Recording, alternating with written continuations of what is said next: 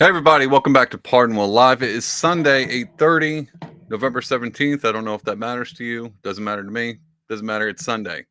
And it's 8:30, sort of on time. Sort of on time. Doesn't matter. We made it. Hope you guys had a fantastic week. I had a fantastic week. I'm sure you did too. Got a lot to talk about tonight. To be honest, not a whole lot went on. So we're going to talk a little bit about the picks, the Trump picks, and recap a little bit on how the Democrats are handling all of those. But before we get started, you guys know the drill. Like and subscribe, ya jabronis. That's how you know. How do you know you're a jabroni? You know you're a jabroni when you like and subscribe. That's the whole thing at the bottom where it says like and subscribe to jabronis. You know what? To be honest, this show is it's just like all good music. Um, Great music is only great until it becomes famous and well known. And so it's always you're always the cool kid if you know about the cool best kept secrets in music. So I tell you what, don't share this thing. Let's just keep it between us. We'll have a good time. Just the viewers of the Pardon Will Live, and 6 years down the road, when everybody watches Pardon Will Live, you'll be like, yeah, I was there before it was cool. It was a cool kid before it turned out to be cool. Nope, newsflash, you weren't the cool kid ever, because I'm not the cool kid. So none of us are cool, but we're all tuning in. It's Sunday night. We're gonna have a good time. Got some video clips. Chat is open. Feel free to comment whatever you want. Be like, say something nice, say something mean, say something dumb. Can't be any dumber than the things I'm going to say tonight. So I might just one up you on dumb stuff. So go and chat that in. It's open. My mouse is not one to work. Um, I did want to tell you guys about a little bit of project. Instead of going to my website, which you can also go to. Oh my gosh, let me try this. You can go to flintlockandfog.com. Here it is. Let me show you this thing real quick. So Flintlock and Fog is a game I'm creating right now. It's almost finished. It's in the beta test version of it right now. And if you're like, well, that's cool, I'm not sure about this, I sure would like to see what this game looks like being played, you can actually go to videos on Flintlock and Fog. And right here, you can also go to the YouTube. Here's some of the beta tests I've been doing with a couple of my friends, kind of working out the math, rolling some dice, ironing out all the wrinkles. So you can check it out. Go there, sign up for the newsletter, so you can be part of the ground floor of this. Honestly, this is where the majority of my time is being spent, is on this stupid game. It's not stupid. I'm just being self-deprecating. It's actually a great game. It's basically D&D and Path. It's D&D, but in the Victorian era, the best era. Let's be honest, with like TB and syphilis and dysentery, stuff like that. So it's a good time. You get to play with all your favorite literary characters: Sherlock Holmes, Frankenstein, Dr. Jekyll, Mr. Hyde, and some historical characters like Jack the Ripper and all that good jazz. Spoiler alert: I'm working on a quest right now where you get to fight Karl Marx, and so that was a spoiler. That's a fun one. I'm looking at. Figure that would be a good time. Either way, go to Flintlock and Fog, sign for the newsletter, be a part of that, and go to my YouTube. You can watch those videos there as well. Anyway, tonight's going to be a fun night, regardless of whether or not my mouse and my computer wants to work. And the reason why it's going to be fun is because I want to start this off on a light note. This happened this week, and I thought this was one of the coolest things ever. Trump went to the White House, and this time he wasn't followed by a few thousand people trying to storm it. It was just him. And everyone was like, oh, this is going to be kind of awkward. Nope. Wasn't awkward at all. Check this out. It was the introduction of both presidents, the 45th and 46th president of the United States, and what will be the 47th president as well, meeting together during this meeting. All right, guys. Look how happy Joe is. Dude, he's stoked because he voted for Trump. He is so happy. And for all the rhetoric that went around, it was a debate. Whole thing Kamala talked about. Politics is a lot theater. We know this. We know politics is theater going into it, but sometimes it's hard to forget how much theater it is. But my favorite part is the behind the scenes, the VIP section, the part where you never really get to see what's going on behind the theater, the backstage per se. And Joe Biden's straight up bringing you backstage. This is your front row seat to what actually is going on. Old Joey boy is very happy Trump is elected. He's happy to be sitting with Trump hanging out at this thing. Let's see what this newscaster, because I think he brings that up. Meeting and somewhat of a formality in that moment. But quickly he did say, politics is tough, and you can understand what he meant by that. Obviously, there were jabs traded by both sides, and this was the demise of a candidate. All right, what's happening? Why is this lady in front of the camera? What's going on here? Anyway, that's a fun shot. I thought we'd start that off. The title of tonight is "Let Sleepy Joes Lie." Beside the fact that it's fun to play fun now. Like, I like Joe Biden now. Ever since he threw that MAGA hat on, we're like, where did this Joe Biden go? This guy is great. I like him. And then from there on out, it's been good stuff. But it's easy to forget the Biden crime family and all the stuff that he did with Burisma and investigations and stuff like that. Biden's not a good guy. He's a crime family. But the cool thing is, apparently, so is Trump's family too now, because he's a convicted felon, and we keep hearing from the Democrats. So it's Trump family, Biden crime family, both crime families coming together. It's like the five families, the mob coming together and sitting down, trying to figure out how we're going to rescue this country. I just thoroughly enjoyed it, man. I can't tell you how much I love seeing Joe Biden with that giant grin on his face. He hasn't been that happy since some kids touched his leg hairs.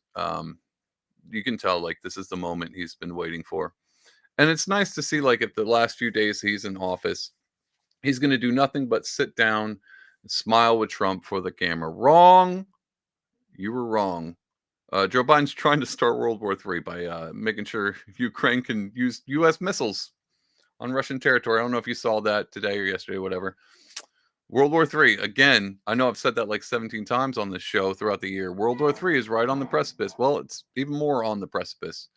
And so it's kind of interesting to think maybe Joe Biden's not smiling because he likes Trump or he voted for Trump. Maybe Joe Biden's smiling because he knows what he's about to do to make sure Trump has a great time coming into office, trying to quash World War III. He's like, you thought that Afghanistan pullout was bad. Let's see you solve this puzzle. Launch the missiles. And so either way, it's been a good week. I thought that was great. That happened early on. I wanted to bring that up. But the big news that's been going on is Trump's cabinet picks. That's the only thing I've seen people wanting to talk about. It's been rolling them out. Team USA, Avengers Assemble, throwing out names I've never heard of before. And the reason I haven't, and I don't know why I would have to explain this to you guys, because you guys know me all too well. Politics is not my lane. I'm not a political pundit, even though I pretend to be one on TV. Not to be honest, half these people are like, who are these people? And fair. I don't know if all Americans know who these people are. So when they say something like that, the border guys, Fox and Friends, I'm like, what is Fox and Friends? That's how bad off I was. I was like, what is Fox and Friends? It sounds like a Daily Wire cartoon. I mean, it does. It does sound like a Daily Wire cartoon. It's not. It's on Fox. And apparently it's with Friends. But the guy's also got a military pay. There's all kinds of stuff. Everybody's been losing their minds. Well, mostly the left. They hate the cabinet picks. But you know me. I'm not upset at any of them so far. And I know all my libertarian friends and all my hardcore politicos.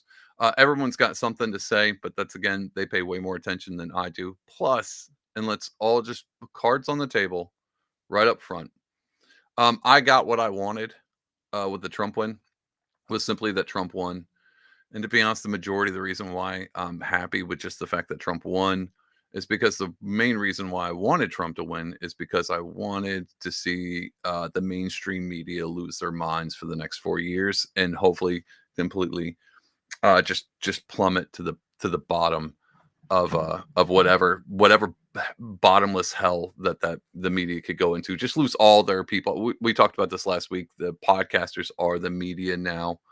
And so I'm not mad at all about Trump being in. And to be honest, I'm not mad about any cabinet picks, whether they get in or not, because I got what I wanted, which was a giant middle finger to the establishment. And he's already won. So from here on out, it's either icing on the cake. I didn't expect much out of Trump.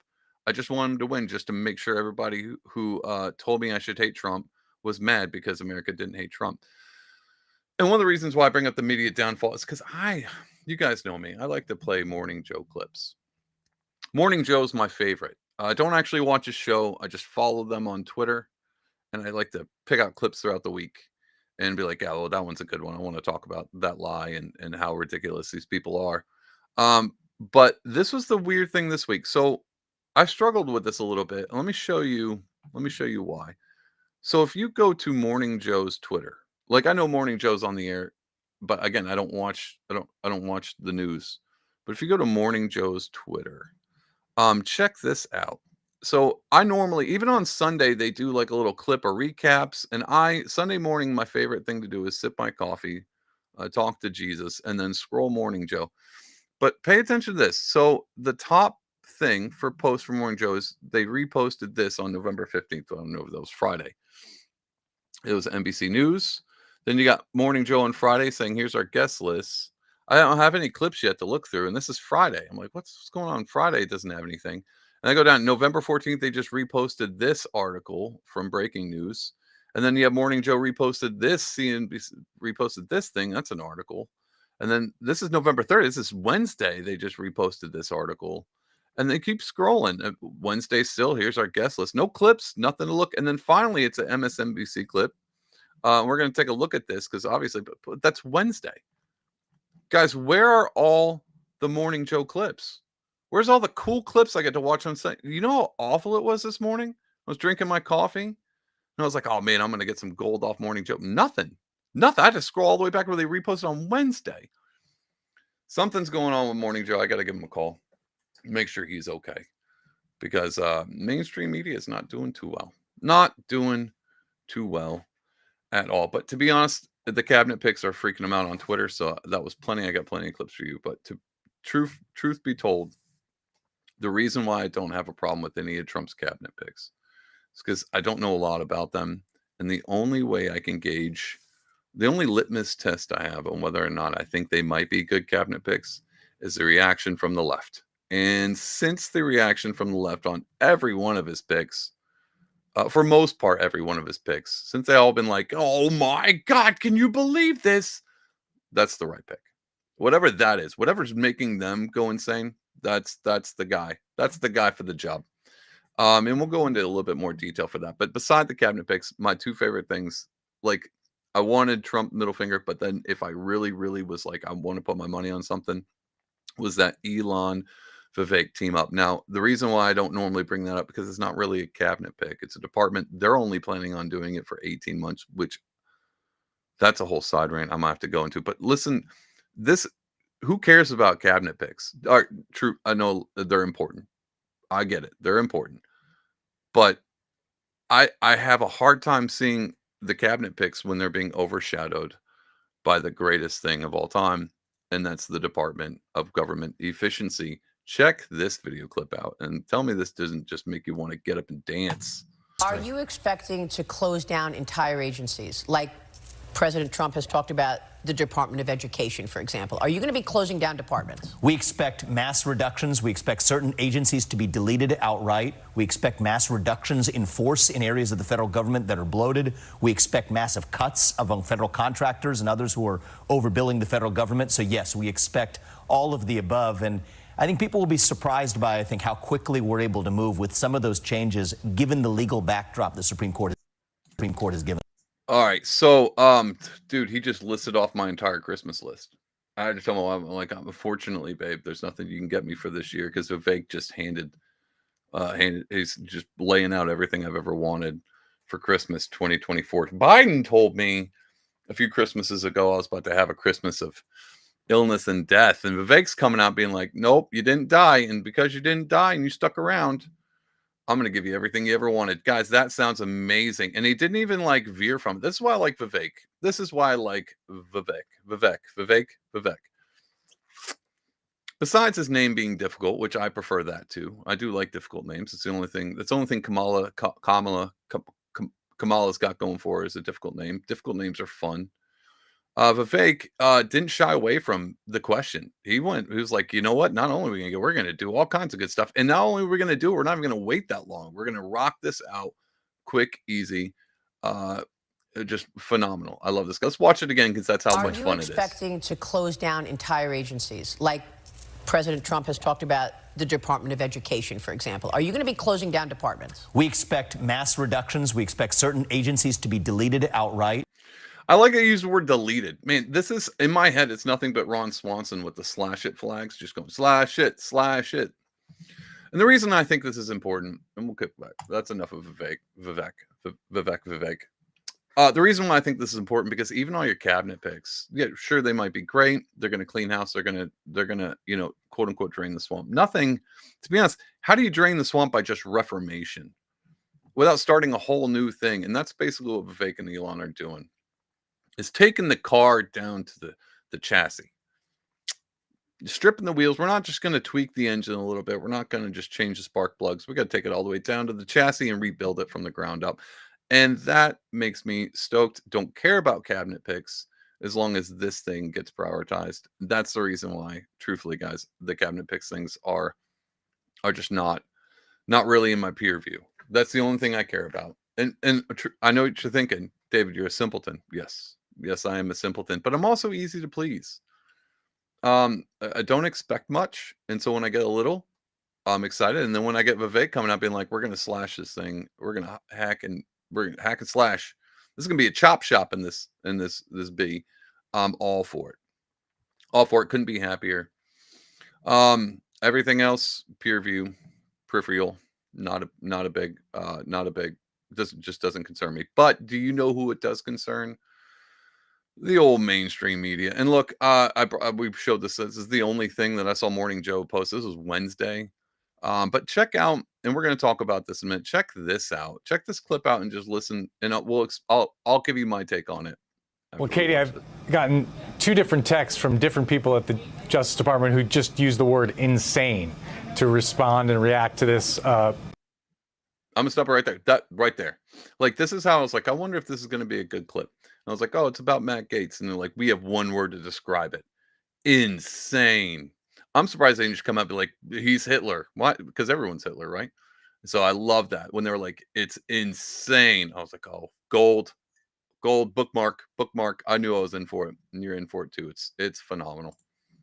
Potential appointment, and then also questioning whether Matt Gaetz can be confirmed. And one person asked me to research whether anyone had ever been nominated for the post of Attorney General who had been investigated by the Justice Department. We'll have to look into that, but my initial reading is that I can't think of any time that's ever happened in American history. So the point he's making there, and I think this is phenomenal. This is great. This is insane, but insane in a good way. He's like, they're nominating somebody who's for the job, who was just investigated by. So basically, he's being nominated to run the thing that was in charge of investigating him. Now, I know what all the lefties are thinking, like, corruption. You can't just have a felon take office. Well, yeah, you can. And you know who agrees with me? Half of America, more than half of America agrees with me. You can absolutely have the guy. Depends on what you think of corrupt. Now, is the DOJ corrupt? Because if the DOJ corrupt, it would be very pertinent to put somebody in there who's been affected by this in that seat. And so my favorite part is they're like, this has never happened before. Yep. And when things that have never happened before, like Donald Trump not being in politics at all of a sudden being elected in 2016, something great happens after it. So every time this has never happened before, I'm stoked about it. I'm going to bring up one example, and this is a bit of a side rant. I'm going to bring up one example that's never happened before. A 3 a.m. vote dump never happened before. In 2020, we saw more people than ever voted in that election. And I think it was all in the up and up. And the reason why I've switched my tune, I've changed my whistle on that is because, side rant, if that wouldn't have happened, we would not get the cabinet picks we're getting now. There would be no Elon Vivek coming in to clean shop, bring the car down to the chassis. Be no Matt Gaetz, the guy who was investigated by the DOJ, being nominated to be ahead of the DOJ. We wouldn't have any of that. You want to know why? Because had Trump won in 2020, it would have been a lot of the same. Now, granted, life might not be as difficult as it is now. It might be a little bit easier. But it would be like slapping a Band-Aid off instead of just taking the arm when it's infected with gangrene. Weird analogies, guys. I'm all over the place tonight. I apologize. So my point taken, had the Democrats not stolen 2020, we wouldn't be getting these right now. And so, you gotta be thankful for the small things. Thanksgiving's coming up. And when you're going around the table, everyone's like, what are you thankful for? And what are you thankful for? When it gets to you, I want you to take a pause. Remember priorities. I'm thankful for my faith, my family, my friends. But then on that last fourth one, just make sure you slip in. I'm thankful the Democrats stole 2020 because had they not, we would not be having the friggin' party we're having right now. This is phenomenal. So just keep that in mind when things have never happened before, whether they're for you or on your side or in your favor. Sometimes good things come. Sometimes good things come from things that have never happened before. And I've got a sneaky suspicion this Matt Gaetz, if he gets confirmed, it's never happened before. Well, we might get some good things coming out from this. So let's Was continue. Gaetz investigated and not charged, we should point out, in the I'm sex glad they trafficking brought that. investigation. But he has been perhaps among the top 5 most vociferous critics of the FBI and the Justice Department, and not just critics, but accusing them of being corrupt and weaponized and unethical at every single congressional hearing that ever, anytime he's on the Judiciary Committee, and anytime Chris Wray, the FBI director, or Merrick Garland, Attorney General, or other lower officials have gone before that committee, you could count on Matt Gaetz taking aim at them in very extreme language and accusing them of unethical and corrupt. All right, so I don't know. Like I know lefties aren't self-aware. Maybe some of them are, but the news ones, the guys that are on the news, this MSNBC, I know they have no concept of self-reflection whatsoever. This sounds amazing. Like this, if I could go back in time and vote for Trump a few weeks ago and do it again, I would do it again. I would totally do it again. And I live in New York. It's not like they're going to check my ID. I could have just voted multiple times. I didn't. For anybody listening, I voted once and it was good enough. Plus, it was New York. It's not like it was going to make a difference. Either way, this stuff makes me excited. I don't know how you can't be like, hey, this guy seems to call out the FBI for any times they seem to do something slightly corrupt, and they're going to put him in charge. Yes. Why not? Why wouldn't you put that guy in charge? Why wouldn't? Oh, it's because they obviously don't think it's corrupt because the FBI does everything that they want them to. It's not corrupt when they're on your side. It's only corrupt when it's not on your side, which is probably something you're about to start spewing left and right coming up. And so, look, I was over at the Justice Department earlier today doing some reporting on this question of how are career officials responding to this election result. What do they plan to do? There is no plan for a mass exodus among career officials. As Andrew said, they are used to serving Republicans and Democrats. They are used to changing policies on a dime and going from aggressively pursuing civil rights investigations into police departments, for example, and not doing that at all, depending on who's in office. I like how he slipped that one in. He's like, they've been used to switching from different parties and regimes. Like when they're with the Democrats and they're investigating civil rights accusations against police departments. And then when the other guy comes in and they don't do any of that. Yeah. I love that slip in. It was very sly. If you watch the news, I understand it's hard to parse out the propaganda and the little things that they throw in there just to kind of make you think one way or another. Because he's insinuating that all Republicans are corrupt. And to be honest, I'm not disagreeing with it. I'm pretty sure they're all corrupt. All of them are corrupt. But what I do like is when they fight each other. Because everyone always talks about the powers that be, always pitting all these middle American plebs against each other. They're always fighting, trying to make sure, whatever, it's race, just trying to bait all these poor people to fight each other. Because when they're fighting each other, they don't pay attention to who's really in charge. Well, now we get to see all the corrupt people fight the corrupt people, and I'm here for it. I got my popcorn, but I do like where this is going. I was already a fan of Matt Gaetz. This just makes me a fan. Every time the Democrats come out and talk about how much Matt Gaetz is a danger, makes me like Matt Gaetz anymore. Let's finish it out. But this kind of appointment is really striking fear and trepidation in the hearts of the career civil servants over there. What was that? Fear and trepidation to the hearts of the career civil servants? You mean the people who've never really had a real job, the bureaucrats? He's striking fear in the bureaucrats? Oh my God. Like, can I vote for Matt Gaetz? I don't live in Florida. Can I vote for him? How do I cast my vote for this? Because what they revere above all is respect for the law and procedure and norms. And look, we can't prejudge. I mean, Matt Gaetz may become a different person if he gets confirmed as Attorney General. But what he's shown so far as a member of Congress is disdain for the department. All right. So he said this. He said the quiet part out loud.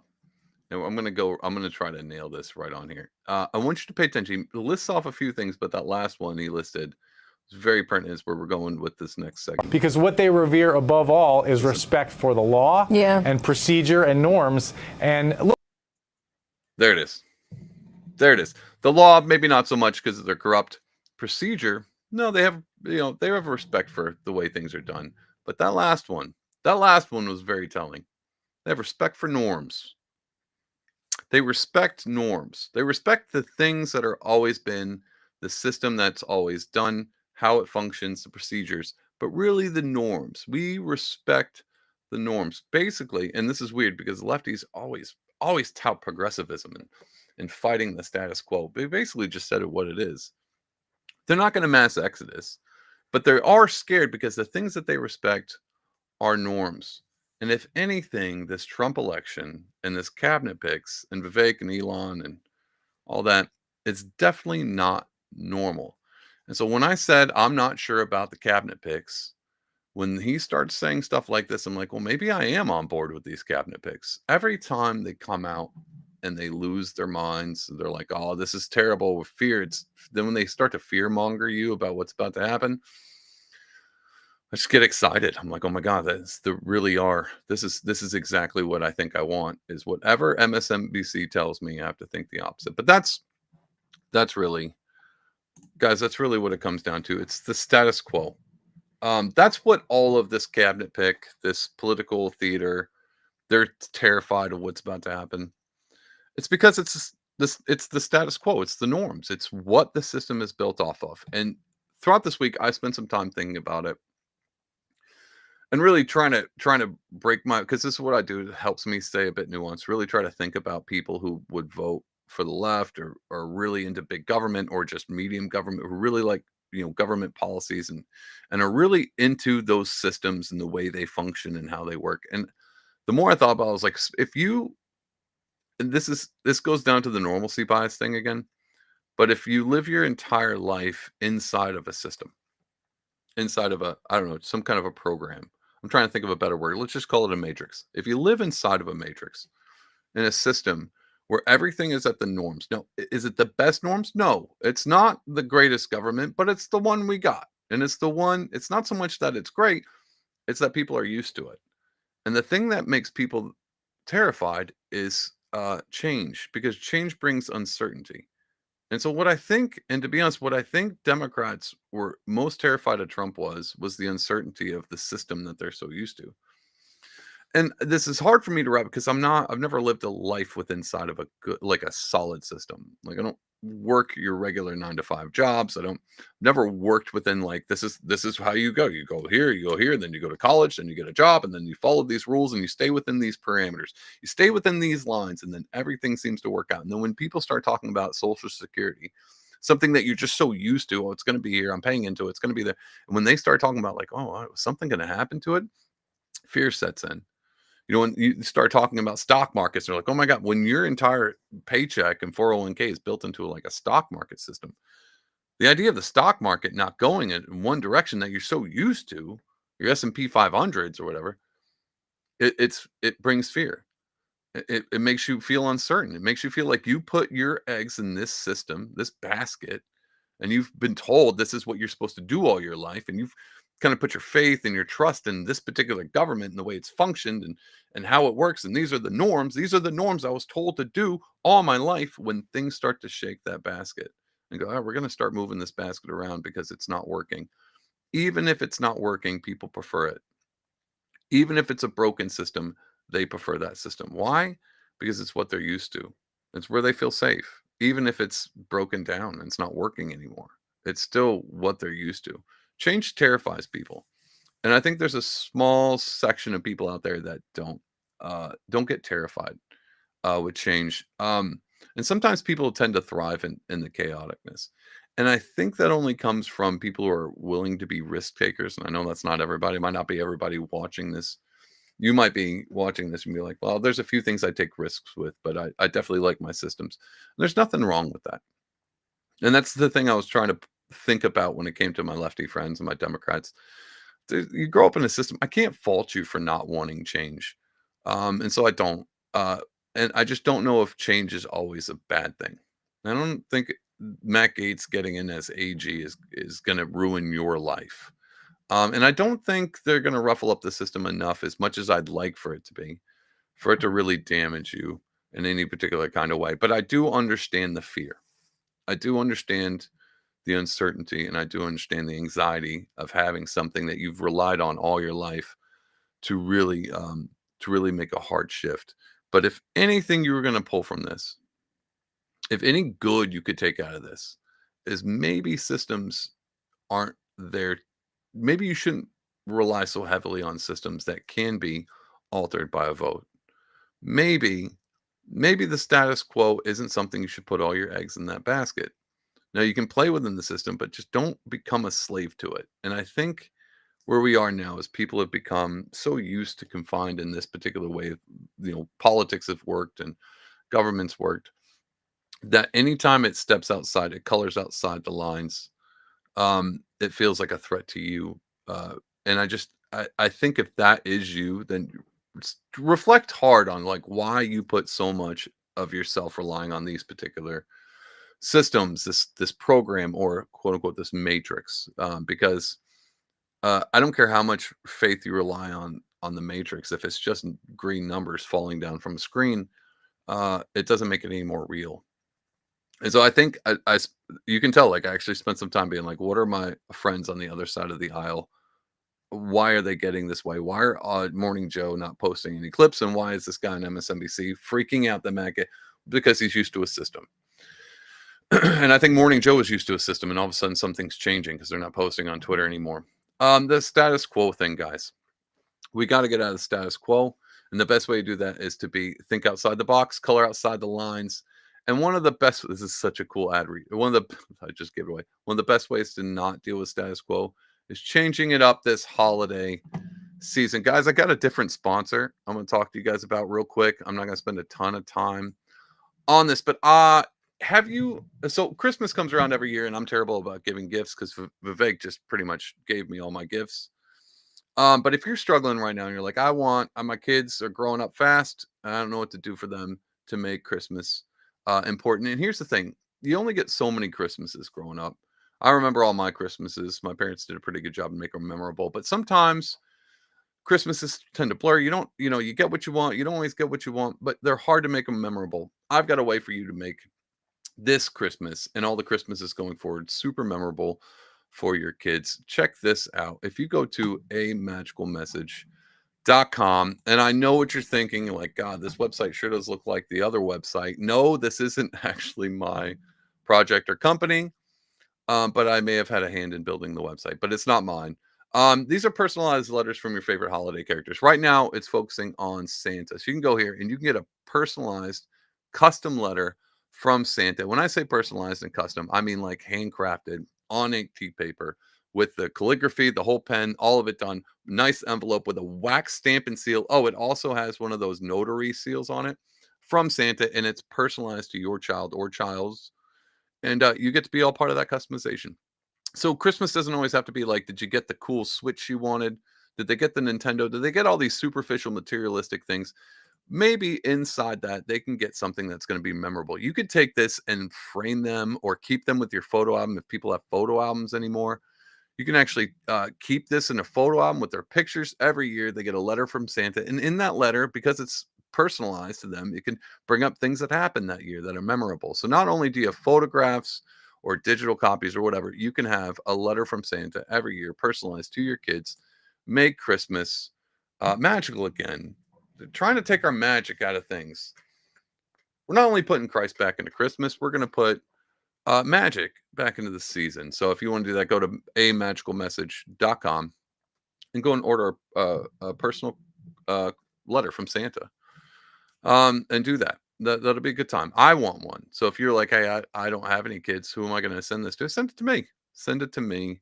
That'll be a good time. Guys, the status quo is out. We're done with status quo. We're moving on to bigger, greater things. We're moving on to Elon and Vivek cleaning out the swamp, draining the swamp. Matt Gaetz going after all the corrupt people and just launching investigations. Tulsi Gabbard taking herself off a no-fly list because she's in charge of that now. Great things. You ordering Santa letters for your kids. Moving on. And the best part about this is the left losing their minds, because you also know that, like, if the left is losing it, like I said, you're on the right track. But the one thing I was hoping, as I spent time in a deep dive into why the left are losing their minds, let me see. Hold on. Let me see if I can pull this up. So one of the picks, the cabinet picks that the left has really, really been hating. Let me see if I really been hating lately is us RFK. Actually, let me do this. RFK, Health and Human Services. Now, I don't know if you knew who was in charge of Health and Human Services beforehand, but go and Google that one. It's a big contrasting difference. Totally different than what we are used to. And so I am stoked. Hold on a second. I'm stoked about RFK, even though I wasn't a giant fan of him, specifically because the left is freaking out about him. And here's the thing. Now, regardless of whether or not you think vaccines, which are totally safe and effective, but he did spout off some conspiracy theories about a little known thing called autism. Now, the problem I have is a lot of libertarians came out and was bashing RFK. He's not a real libertarian. I think the Libertarian Party tried to play him off as a real libertarian. And so it's really difficult. It's really difficult to kind of sell that to libertarians. But to be honest, here's why I think libertarians should be all about the cabinet pick RFK. Now, whether or not he's a libertarian,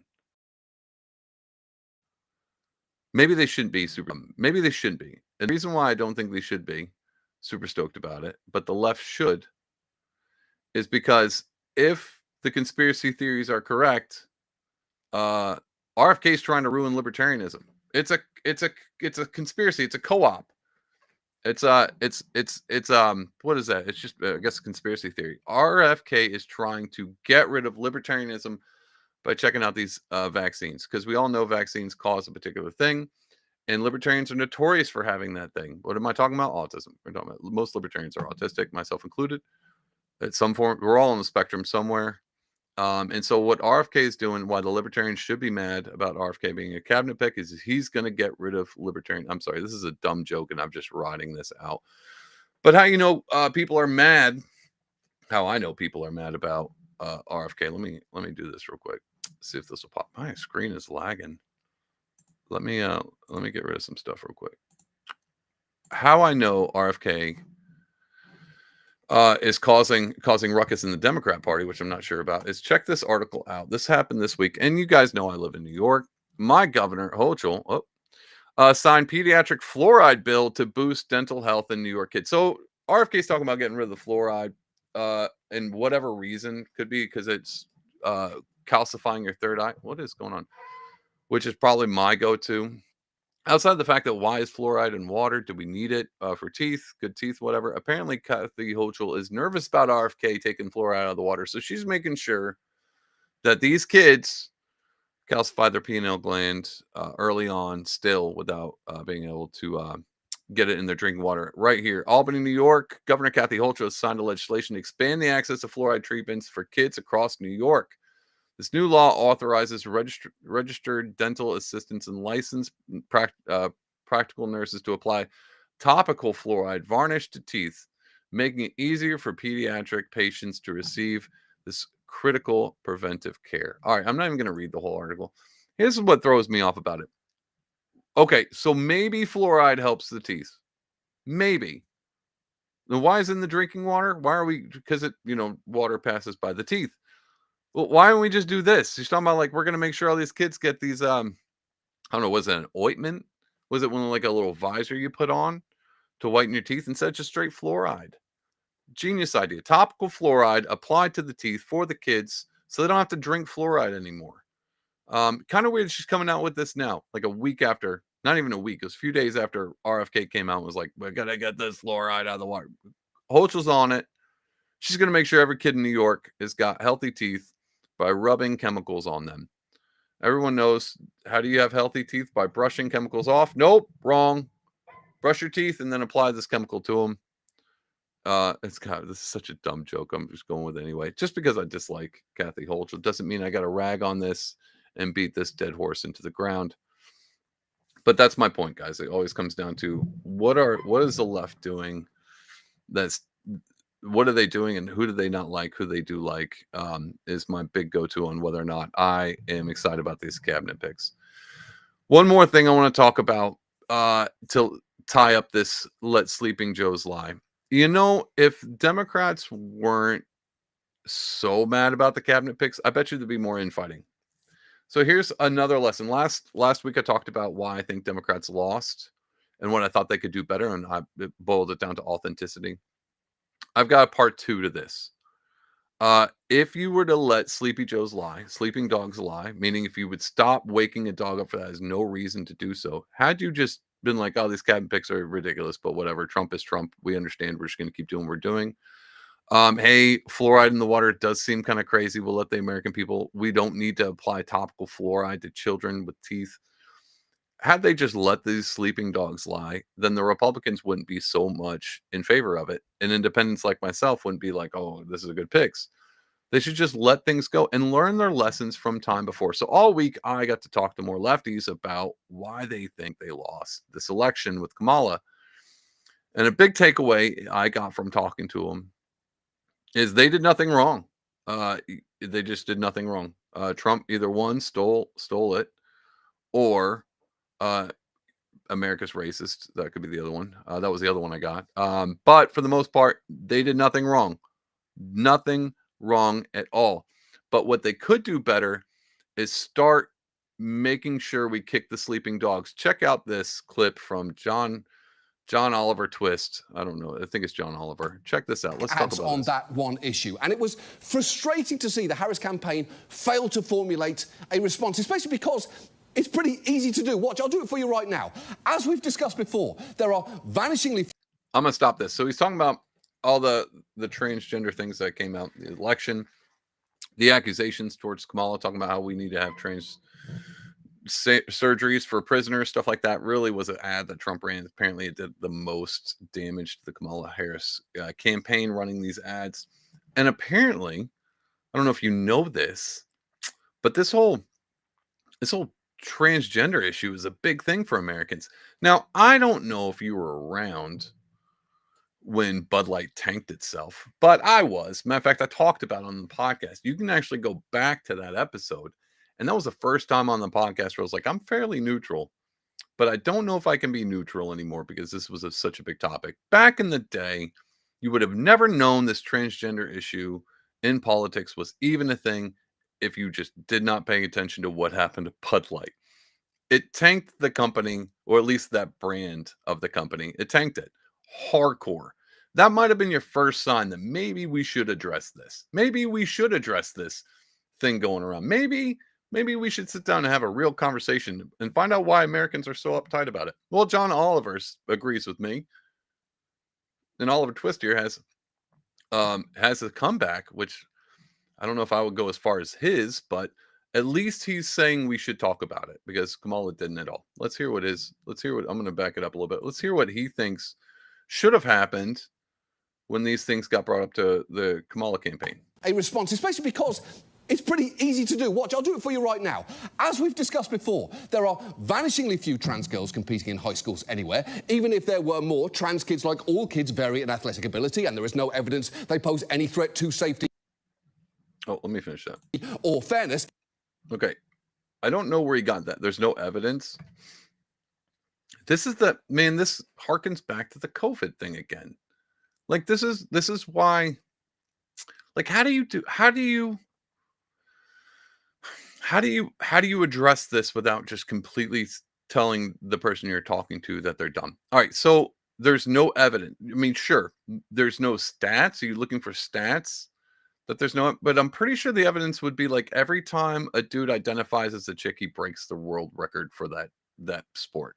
That could be a stat. Why don't we let's talk about that stat. Every time, almost every time a dude puts on a dress and deadlifts, he beats the top world record for any chick who does it. But you don't actually need stats. You just pay attention to one time. You can look at like all the swimmers. Like, oh yeah, these are all. What's that one swimmer? That one swimmer is like 6'7" and built like a rock. Is that no, that's not going to affect the swimming whatsoever. Like we don't. What are you talking about? And this is the problem. Same with COVID. It's like it's going to kill everybody, especially all the vulnerable people. You got to stay inside. It's like, yeah, but this looks like a flu. Like I don't know what to tell you. This just doesn't seem. Everything you keep telling me doesn't seem to make sense. Well, this is another one of them. They're going to continue to do this, and this is another reason. It's like you could have just let the sleeping dog lie. And could have been like, yeah, maybe this wasn't a topic we addressed very well. Let's address it now. And then say the completely wrong thing, John Oliver. This guy's. I love this guy. This guy's great. He's like, we need to talk about it, and we need to have the worst take possible to mankind, because I don't know, they think America's dumb. Well, they think they're dumb. They voted Trump in. Anyway, It is very weird for you to be so focused on this subject. And finally, if you genuinely want to address all right, that's another. Let's talk about point by point. It's very weird that we're focused in on this subject. Well, number one, apparently it's a winning subject. Apparently America's really concerned about it. But why? Why are Americans really concerned about this small percentage? This very, very small percentage. Well, maybe because it showed up on a Bud Light can. I don't know. Or maybe people have kids in school who are dealing with it now. New York just brought up a proposition, Proposition 1, to safeguard against people identifying as whoever they feel like identifying, playing in every sport they feel like playing in. And New York was like, no, we definitely want this. And the way they worded it was phenomenal. They were like, we want freedom for people to be able to be free. It's like, wait, what? That's cool. Whatever. Do whatever you want. So New York is all in favor. John Oliver probably lives in New York. But either way, they're all for this. And you can't be like, well, there's such a small percentage, except for half. All of them. I mean, I don't know. I know people personally that have this going on in their town, and it's not a big town. Multiple people. So this continuous thing where it's like it's not happening. But it is happening. It's good that it's happening, and you're an idiot for thinking it's bad. It's happening. It's a Democrat playbook all the time. Every time. It's not happening. Well, it is happening, but it's a good thing. Oh, and now it's your fault that it's happening. That's the play. And then we just go around and around in circles. We'll circle back to that one. Anyway, let's finish old Oliver Twist out. the biggest concern for most girls who play high school sports, you'd be less worried about this and more about the creepy assistant volleyball coach who keeps liking their posts on fucking Instagram ads. Oh, so you should be worried about the volleyball. Yes, we're worried about all. So we're not allowed to be worried about this one thing happening in our school. We should be more concerned about the other thing. Why not both? Why not both, John Oliver? Why not both? Why throw a red herring out there as if this is happening? Because sure, is that happening? Yeah. But why? Why not both? Why not both? Why not both, old Johnny Oliver? They're doubling down, guys. They're doubling down. And I don't know how many times I could talk about this. Like, you could have just look, Kamala lost on a lot of issues that you could just move away from this. You can move away from the crazy. You could just stop for a minute and go, all this stuff that, maybe we lost on. Maybe abortion isn't the big thing America wants all the time. It's the hottest issue because apparently it's not. Apparently it's not the hottest issue. As a matter of fact, it seems like this is a lot. Why is this more of an issue? It's because maybe this messes with the way everyone seems to want to function in reality.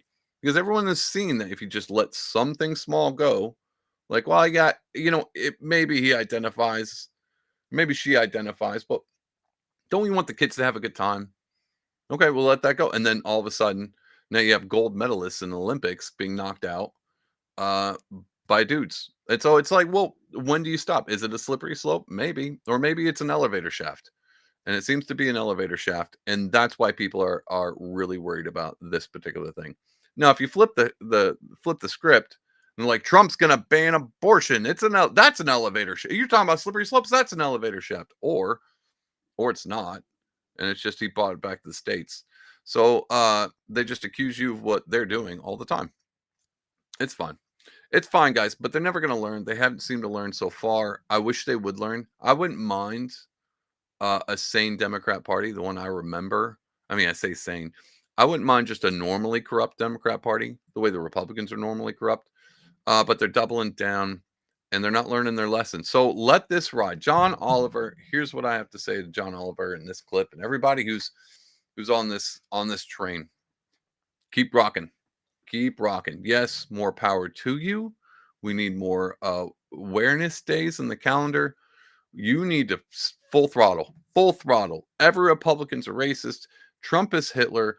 Everybody who disagrees with me is just a neo-Nazi. Just full throttle. Press the gas.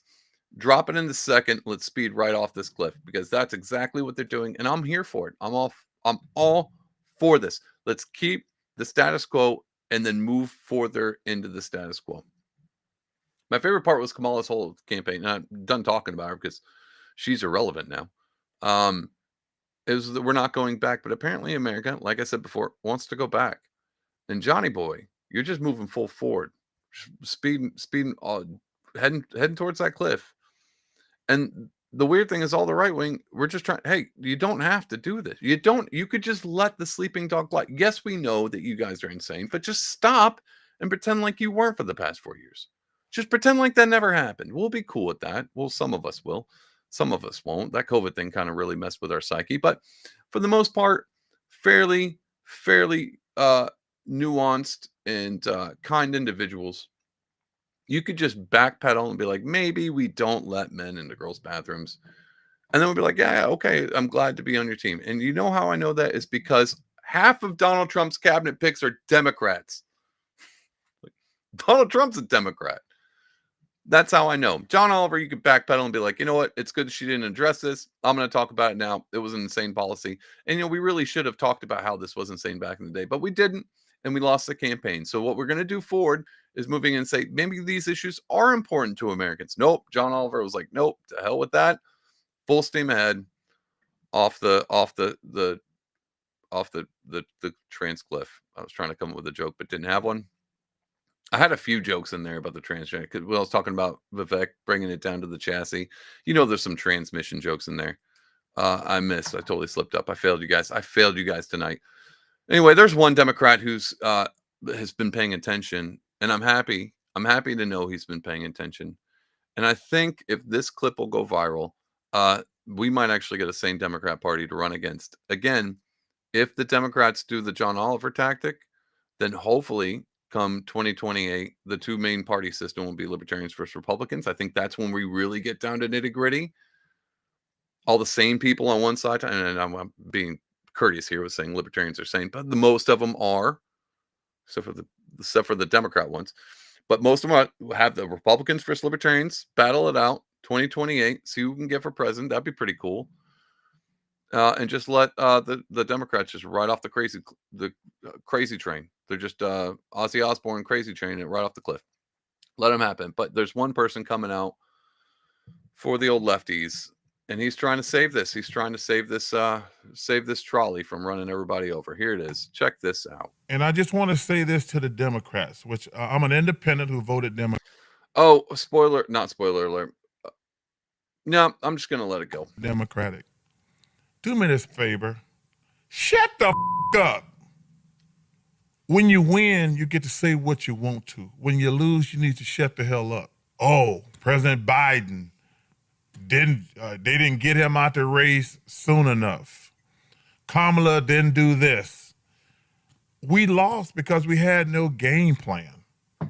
We still haven't solved the immigration problem, have no viable answers, never addressed inflation, bringing all these stupid stars out to rally the vote. What was that?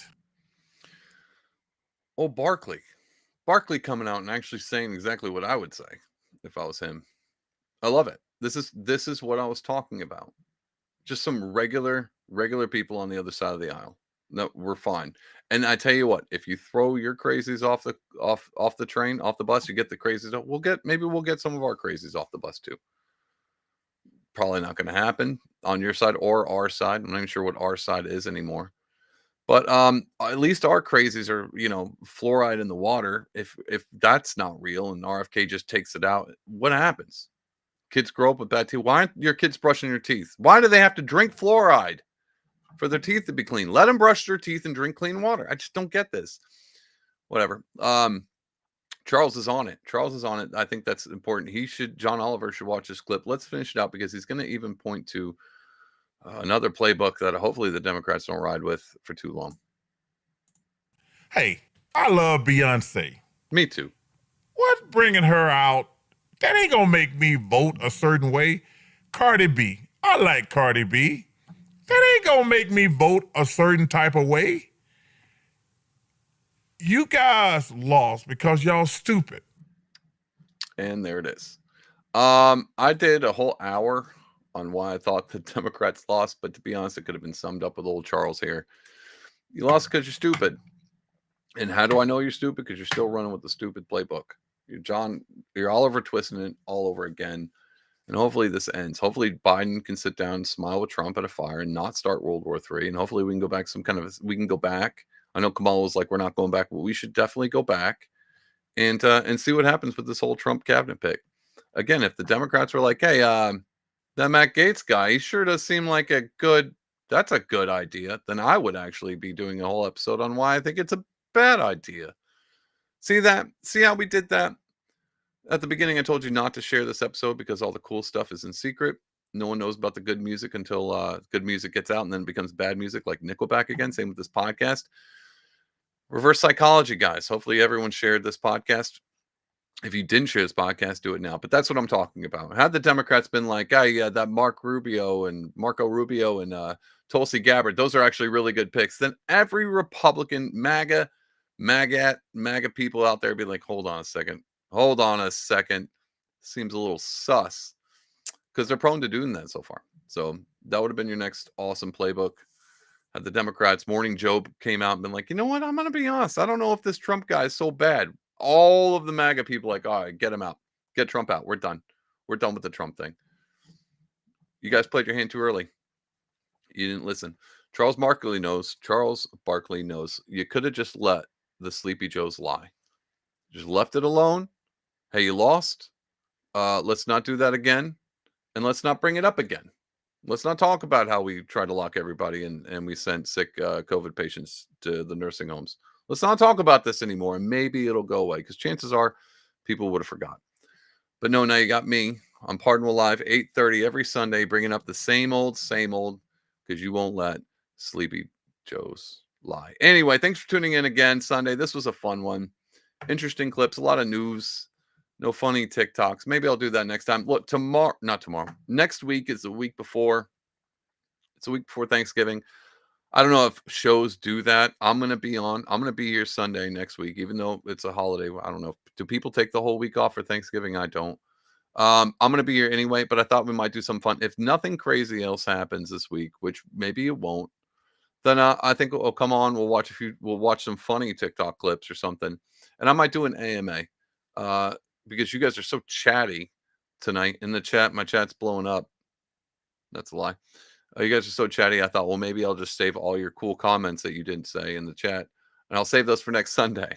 And we'll do an AMA, something like that. Either way, I'll be here. I won't leave you hanging.